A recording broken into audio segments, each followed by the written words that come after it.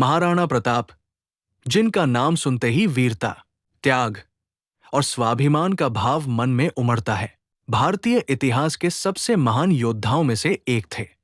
उन्होंने मुगल बादशाह अकबर की अधीनता स्वीकार करने से इनकार कर दिया और अपनी मातृभूमि मेवाड़ की स्वतंत्रता के लिए जीवन भर संघर्ष किया।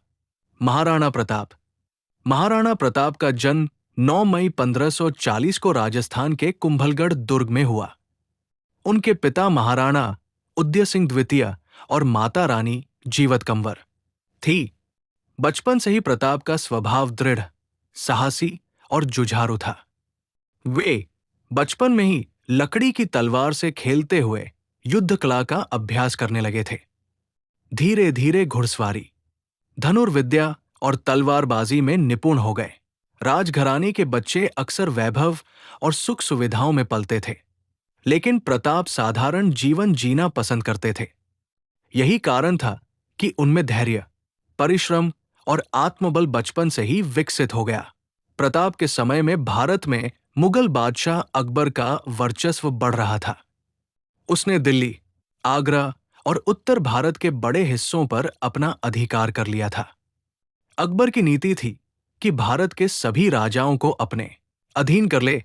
कई राजपूत राजा अकबर के आगे झुक गए और उसकी अधीनता स्वीकार कर ली, लेकिन मेवाड़ की भूमि वीरता और स्वाभिमान की प्रतीक थी। महाराणा प्रताप ने ठान लिया कि वे अकबर के आगे कभी सिर नहीं झुकाएंगे।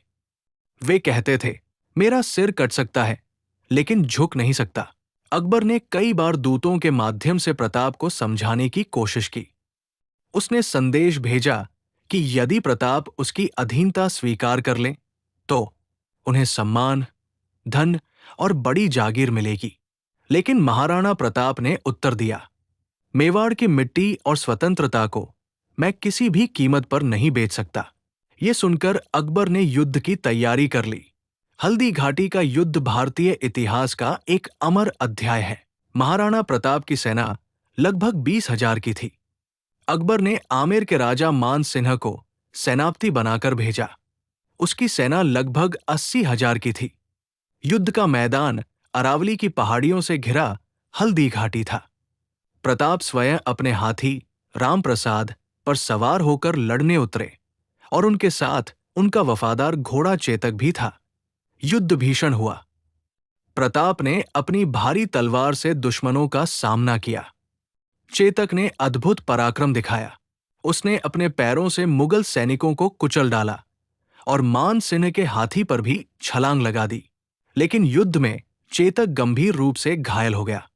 घायल होते हुए भी उसने महाराणा प्रताप को युद्ध क्षेत्र से बाहर सुरक्षित पहुंचा दिया। अंत में चेतक वीरगति को प्राप्त हो गया। चेतक की निष्ठा और बलिदान आज भी भारतीय इतिहास में अमर है। ये युद्ध निर्णायक नहीं हो पाया, लेकिन इससे प्रताप की वीरता की गूंज पूरे भारत में फैल गई।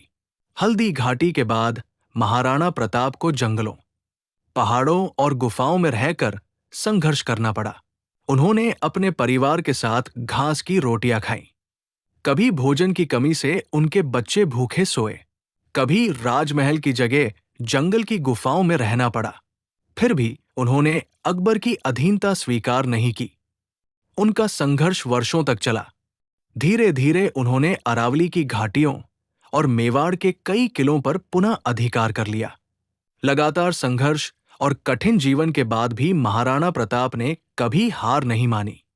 वे कहते थे, जब तक सांस है तब तक स्वतंत्रता के लिए संघर्ष रहेगा। 19 जनवरी 1597 को महाराणा प्रताप का निधन हो गया।